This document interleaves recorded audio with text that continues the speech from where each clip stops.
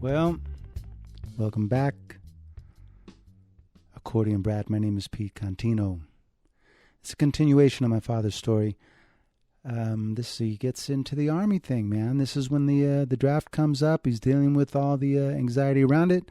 I'm sure people have their own opinions and everything, and you know, their own critiques, whatever. But it's just cool to hear my father's side of the story, man. You know, he tells it like it is. Maybe he was in a position where he could do something, but who knows, man? Who knows? I'm not, you know, I'm listening to this. I just listened to this episode just now before I recorded this, and it's, you know, I get caught up into it, man. You know, just hearing him talk about all this stuff. Anyway, we're gonna get right into it. This is Dick Contino's story. He's getting into it, you know, with the draft and and all the stuff that goes with it. See you on the other side of this.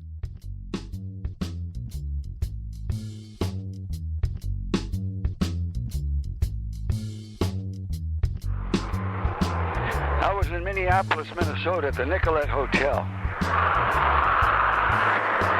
My Uncle Tony called up and says, "You got your final draft notice. They want you to report for induction in 2 weeks." My folks thought, wow, guess you got to go in the Army. I had a manager then by the name of Leonard Rome from New York. I remember clearly being in the room there at the hotel, about 20 years old. And I said, "I can't do it. I can't do it." "What do you mean you can't do it?" "I can't. I need to see a psychiatrist." That's the first time that those words ever came out of my mouth with anybody. A psychiatrist?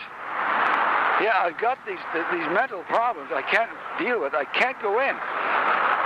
Oh, but by this time, the fucking draft board, you know, they figure he's got his ace in the hole now. First he tried to claim he was going to be operated on. He tried to claim dependence. He tried to claim whatever. Now this successful bastard at 20 years old has got the world by the tail. He doesn't want to give that up and serve his country. Jesus Christ. Good thing I wasn't being tried for fucking murder, man. Talk about people not understanding. Or anyway, let's get ahead of my story. So Leonard decides, well, I guess let's check around. Who's like right there in Minnesota, Minneapolis. So whoever was in 1950, the dean of psychiatry at the University of Minnesota,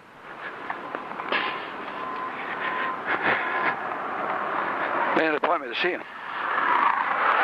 So I went and thought, maybe this man could help me.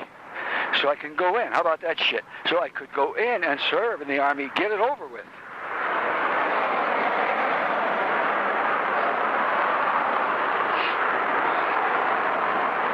So I sat down with him. Just I forget his name. But I told him my anxiety since I was as far back as I could remember. Phobias, anxieties, whatever you want to call them. I hadn't heard those words, phobias and anxieties. And one word I hadn't heard or expression ever was what he told me I had. He says, he listened and he says, "You're not fit for duty. You have what we call in our profession a severe case of neurosis."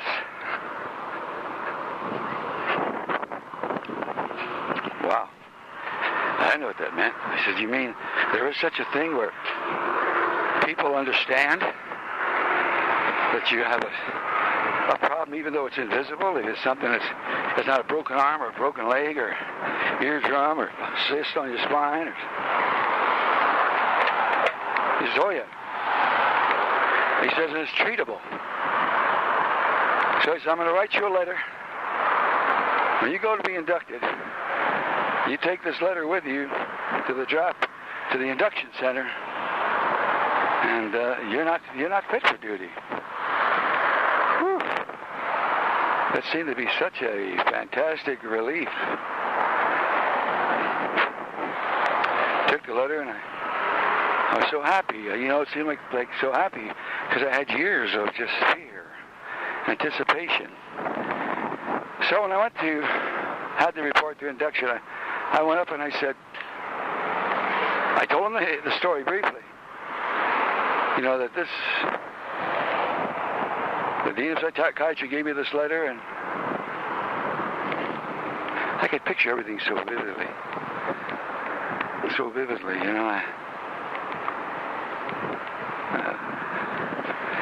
So that I was speaking to this one psychiatrist at the induction center, and he excused himself for a minute, and he came back with two other psychiatrists. And they sat down like a fucking jury, and they said, no, you tell us what you told this psychiatrist in Minnesota. I was very relieved. I thought they really want to listen. So I told them. I went back to the first grade in St. Alphonsus when I ran out of the classroom and ran home when I felt this terrible thing, this anxiety, insecurity. From that all the way up to whatever the present was, they said, yeah, we concur that you're not fit for duty. We'll give you a letter. Take it to Fort Ord. I'm like, oh my God, this is... But I felt something intuitively that wasn't comfortable. Like something was wrong. It wasn't going to be that easy. I was on the train that night going to Fort Ord, or Fresno, or wherever we were, L.A. I was going with my mom and my Uncle Tony. My dad, Mom, Dad, Uncle Tony.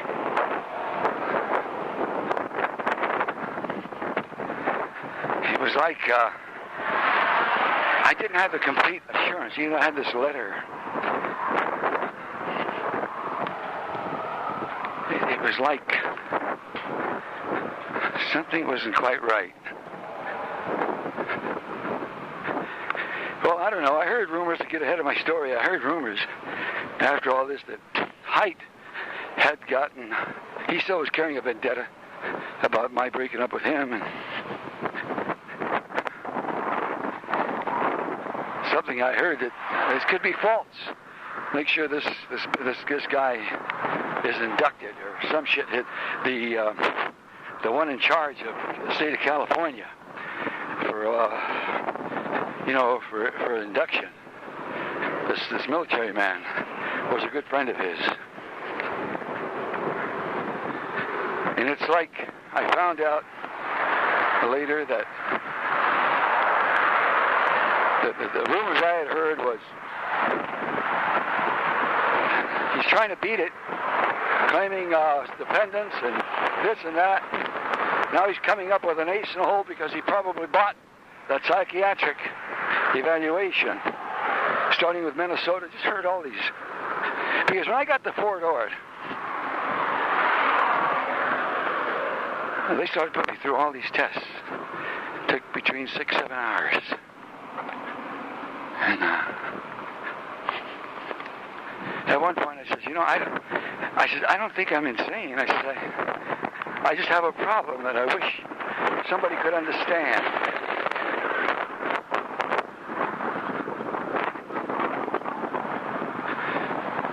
At one point there was a Major Duncan. My mom and dad were outside the office. He stood to me and he said, look, Contino, let's cut out the bullshit. You're already inducted. I didn't stop to think that I hadn't been sworn in. I didn't stop to think I was still a civilian. I thought automatically, I'm there at Fort Ord, I'm inducted. No oath, none of that. Just there, I'm inducted. I let out a scream and fell to the floor.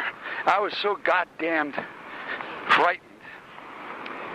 My father had to come in and see me on the goddamn floor and pick me up like a fucking invalid.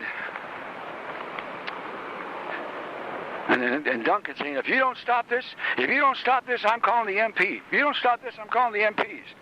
Well, one fear seemed to be greater than the other. Incarceration in a small room, as opposed to incarceration away from family in all of Fort Ord. Whew, shut up, Richard. Shut up. Calm down.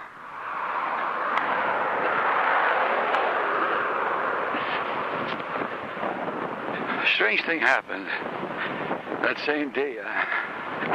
I guess only psychiatrists know how that works. I'm glad I don't know, but I can try to live in another dimension that says, fuck it. But a strange thing happened. I started feeling good. Hey. Whoa. Matter of a couple hours later, I felt like, well, maybe that's all I needed. All my life was somebody to say, you cut out this shit right now. Well, that might have a good temporary effect. But man, it wasn't permanent. That night, my folks, they billeted them in the visitors, whatever. Put me in the where the, the fuck do they call it? All the other guys are in the barracks.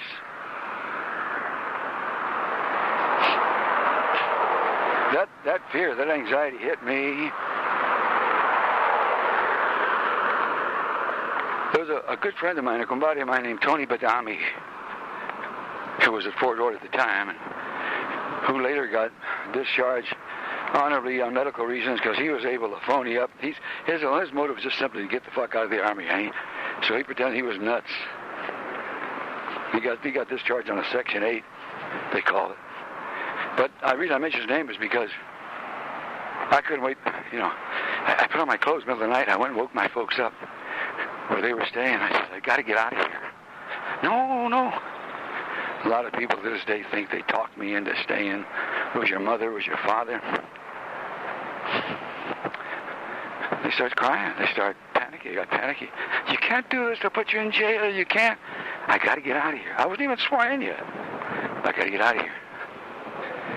Where are you going to go? What are you going to... I went and got Tony Badani.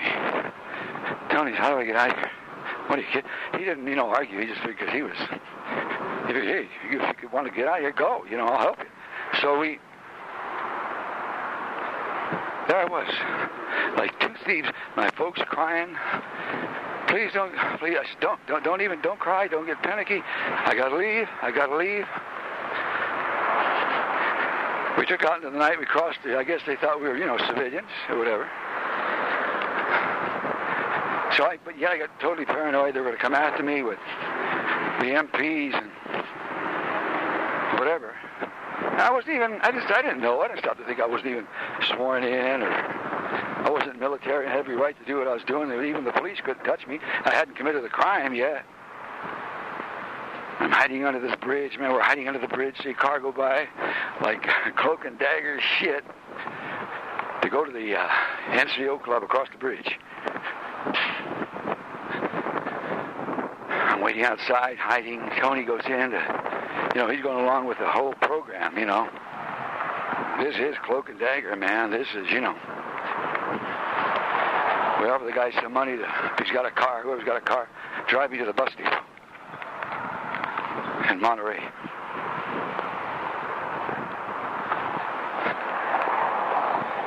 The whole time I'm sitting there, I just got to get out of here. I go to San Francisco. I got my Uncle Angelo there, my Aunt Lena. I didn't stop to think then that, I'm without family and I'm not a raving maniac. It's weird about that goddamn phobia thing.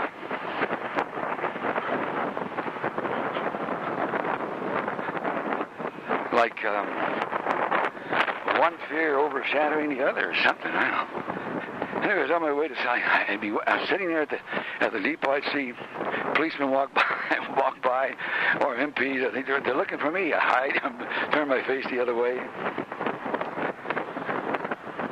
Finally got on the bus, and I thought, I'm on the bus going to San Francisco. I thought, I can't go directly into San Francisco. They're probably waiting for me at the bus depot. How about that? They're waiting for me, man.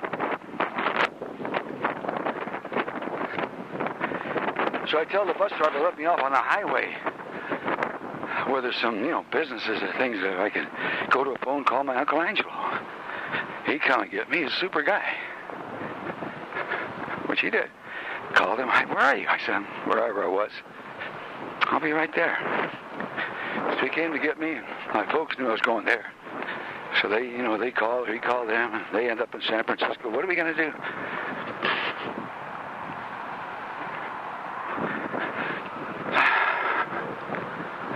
They called my Uncle Tony. He drove up in the car from Fresno. He was going to drive us to Los Angeles.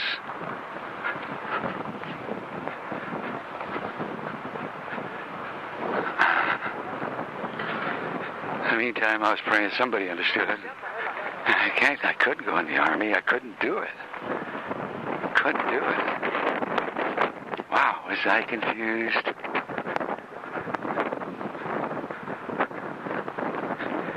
He got there, we drove. I was hiding in that car like you'd think. I thought they were going to drive up with highway patrol cars with guns drawn.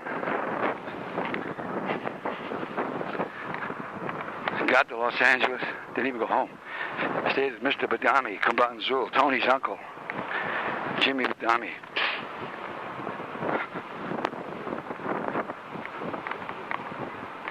I thought they'd just forget about me. I'll just stay there the rest of my life. Didn't think about show business. Oh yeah, going back to Major Duncan, at one point, before I went mad, I says, Major Duncan, I'll sign a piece of paper right now. I swear on everything sacred to me. I said, I'll sign a piece of paper right now if you could help me. I won't touch the accordion for 5 years. I swear to God, I swear to my wife, my mother. He ignored that. I was trying to convince somebody my honesty that way. Anyway, getting back to, I'm at Badami's, and all of a sudden, it's like war declared. Comes out in the paper. Contino missing from Port Ord. I don't mean something on the front page that was just incidental. This was fun. This was like headlines. Oh my God. What do I do now? I'm still not going to go home. And everybody's going, what is anybody going to do? One day, listening to the radio and lying down in the bed, I heard a news report that the FBI had a warrant out for my arrest. Oh boy. So, we got whatever type of attorney we could find there. I'd never been in trouble that way. Didn't know who to contact. I thought, an attorney's an attorney. It doesn't have to be a sharp, witty guy. Just somebody that tells the truth. Somebody that'll just tell the truth. Nope. So anyway, he called, whoever we got, they called the office of the FBI, and I was going to surrender myself peacefully. Shit. So I went in and surrendered, I don't know exactly what happened at that particular point, except I found myself having to go to San Francisco because that's where the crime was committed, in that jurisdiction.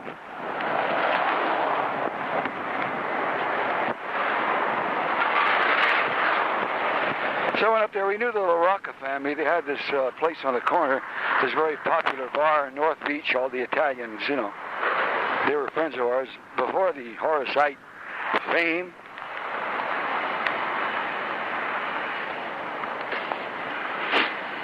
Maybe they'd know an attorney. They recommended James T. Davis. Well, he used to be a prosecuting attorney for the government. He must be pretty sharp, somebody they'd respect. Why not contact him? But this guy, with all due respect, I guess he wasn't sharp.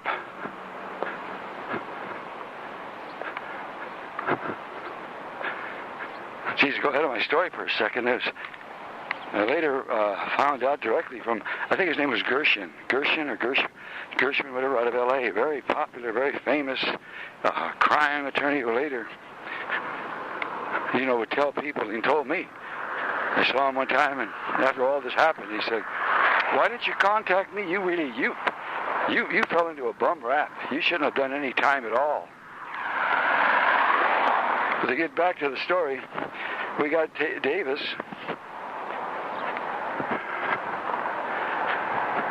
Man, talk about being scared, with apprehension, the possibility of incarceration. Might get up to 5 years.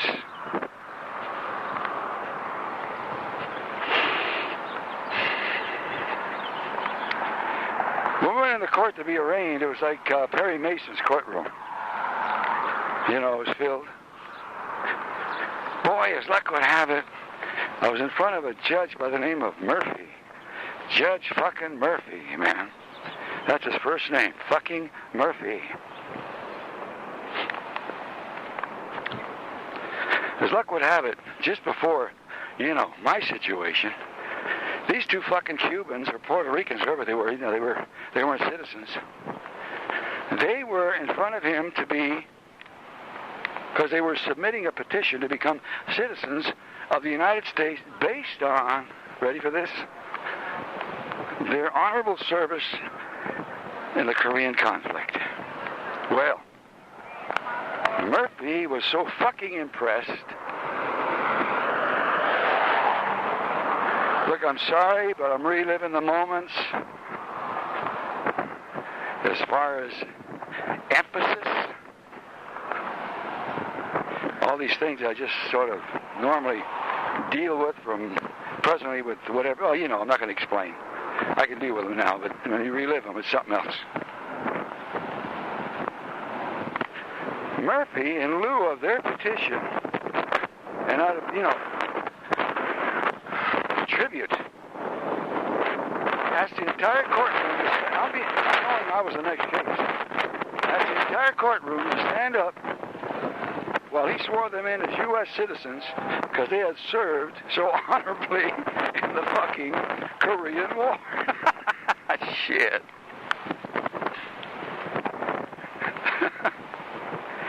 Well, next case. United States of America versus Richard J. Contino. Draft evasion. Motherfuck it, man. Well, I think if Murphy had a gun at that time, he would have leveled it and blown my fucking head off, okay? All right. Well, there you go. Man. Yeah, it gets pretty intense. I liked when my dad got intense like that. He would start talking, man. He'd get very, that's how he did when he played. He'd start talking. He would get very emotional and get into it. And I like that. Anyway, all right. So next week we'll get into, he deals with some more stuff, man. What a life. He deals with the, McNeil Island and with the whole Korean War thing. Pretty wild. All right. Well, thank you again for tuning in, and I'll see you next week. Thanks.